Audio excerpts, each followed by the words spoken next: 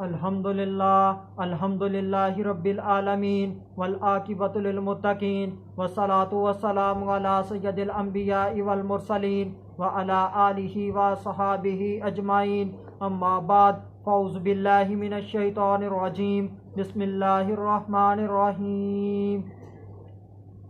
ربی موسیٰ و ہارون، صدق اللہ العظیم۔ ان اللہ وملائکتہ یصلون علی النبی یا ایھا الذین آمنوا صلوا علیہ وسلموا تسلیما۔ اللہم صل علی سیدنا و مولانا محمد وبارک وسلم وصلوا علیہ۔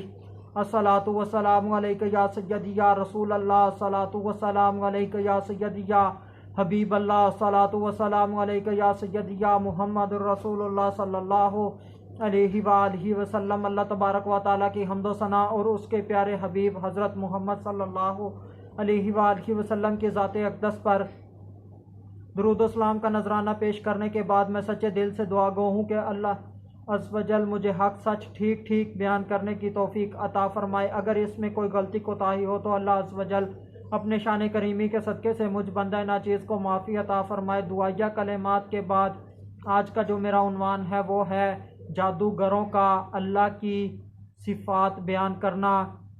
خطبہ کے اندر تلاوت کی گئی آیت کریمہ سورہ شعراء آیت نمبر 48 پارہ نمبر 19، ترجمہ: جو موسیٰ اور ہارون کا رب ہے۔ پہلے تو پچھلی کئی آیات مبارکہ کے اندر اللہ عز و جل کی ثنا بیان کرنے والی جو شخصیات ہیں وہ حضرت موسیٰ علیہ السلام ہیں، وہ حضرت ہارون علیہ السلام ہیں۔ ان دونوں شخصیات نے پچھلی کئی آیات مبارکہ کے اندر اللہ پاک کی تعریف بیان کی، شان بیان کی، ثنا بیان کی۔ مثال کے طور پر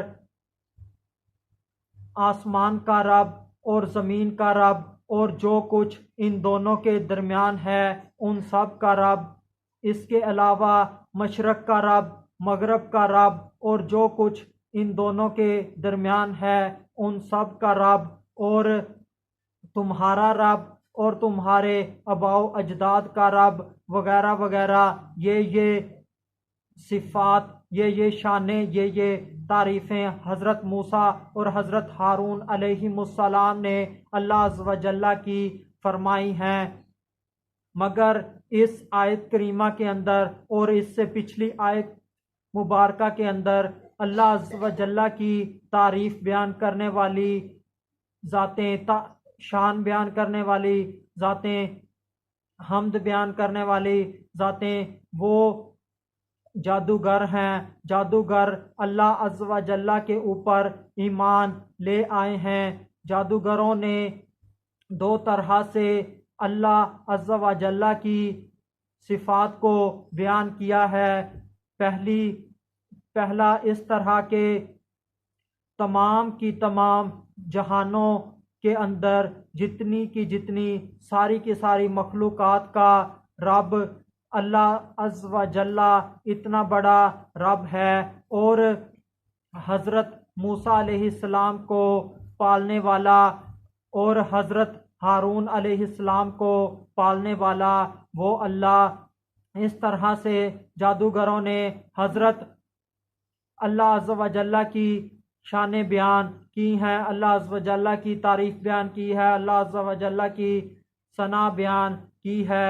جب جادوگروں نے اپنی نظر کے سامنے دیکھ لیا کہ یہ کوئی جادو نہیں ہے، جادو سے ایسا ممکن نہیں ہے، تو اللہ عز و جل نے ان کو توبہ کی توفیق عطا فرمائی، ایمان لانے کی توفیق عطا فرمائی۔ تو غیب سے ایک ہاتھ نے ان کو سجدے کے اندر جھکا دیا اور وہ اعلان کرنے لگے کہ ہم تمام جہانوں کے رب العالمین پر ایمان لائے، اللہ پر ایمان لائے، جو حضرت موسیٰ اور حضرت ہارون علیہ السلام کا بھی رب ہے۔ جادوگروں نے اس چیز کا اعلان کیا۔ جادو نام ہے صرف شعبدہ بازی کا جادو نام ہے، صرف طمع کاری کا جادو نام ہے، صرف خیالات کو متاثر کرنے کا، مگر کچھ علماء کرام کے نزدیک جادو حق ہے، یعنی کہ اس کی حقیقت ہے، مگر جو مفسر ہے اس نے علماء کرام کے اس قول کا رد کیا ہے، اور اس نے کہا ہے کہ یہ آیت دلالت کرتی ہے کہ جادو کی کوئی حقیقت نہیں، اگر کوئی اس کی حقیقت ہے بھی تو صرف اتنی کہ جادو صرف شعبدے گری کا نام ہے، جادو صرف طمع کاری کا نام ہے، جادو صرف خیالات کو متاثر کرنے کا نام ہے۔ جادوگر حضرت موسیٰ اور حضرت ہارون علیہ السلام پر، اللہ عز و جل پر ایمان معجزہ کو دیکھ کر لائے تھے، معجزے کی وجہ سے ایمان لائے تھے۔ رب العالمین کہنے کے بعد جادوگروں نے ربی موسیٰ و ہارون کیوں کہا؟ اس کی کیا ضرورت تھی؟ کیونکہ وہ تمام جہانوں کے رب پر تو ایمان لے ہی آئے تھے۔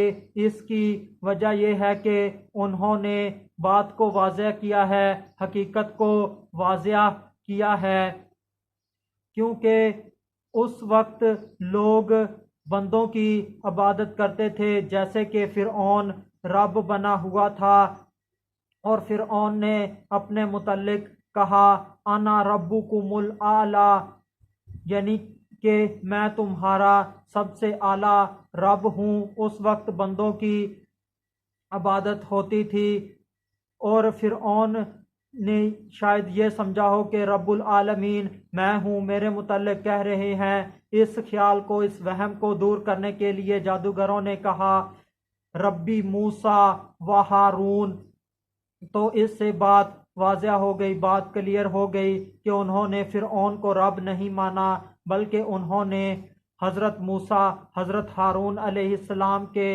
رب کو رب مانا، الہ مانا، معبود مانا، جو رب العالمین ہے۔ یہ اللہ عز و جل کی شانیں ہیں۔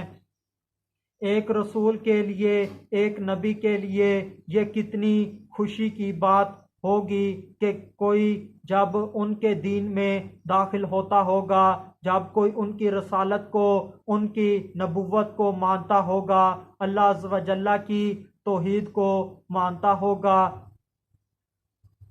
ایک نبی کو، ایک رسول کو کتنی زیادہ خوشی ہوتی ہے جب کوئی شخص اس کے دین کو قبول کر لیتا ہے، یہ لفظوں میں بیان ہونے کے قابل نہیں۔ حضرت موسیٰ علیہ السلام، حضرت ہارون علیہ السلام کو کتنی زیادہ خوشی ہوئی ہوگی کہ جب اتنی بڑی تعداد میں جادوگر حضرت موسیٰ علیہ السلام کے رب کے اوپر ایمان لے آئے، انہوں نے حضرت موسیٰ علیہ السلام کی رسالت کو قبول کر لیا، تو کتنی زیادہ خوشی حضرت موسیٰ اور حضرت ہارون علیہ السلام کو ہوئی ہوگی۔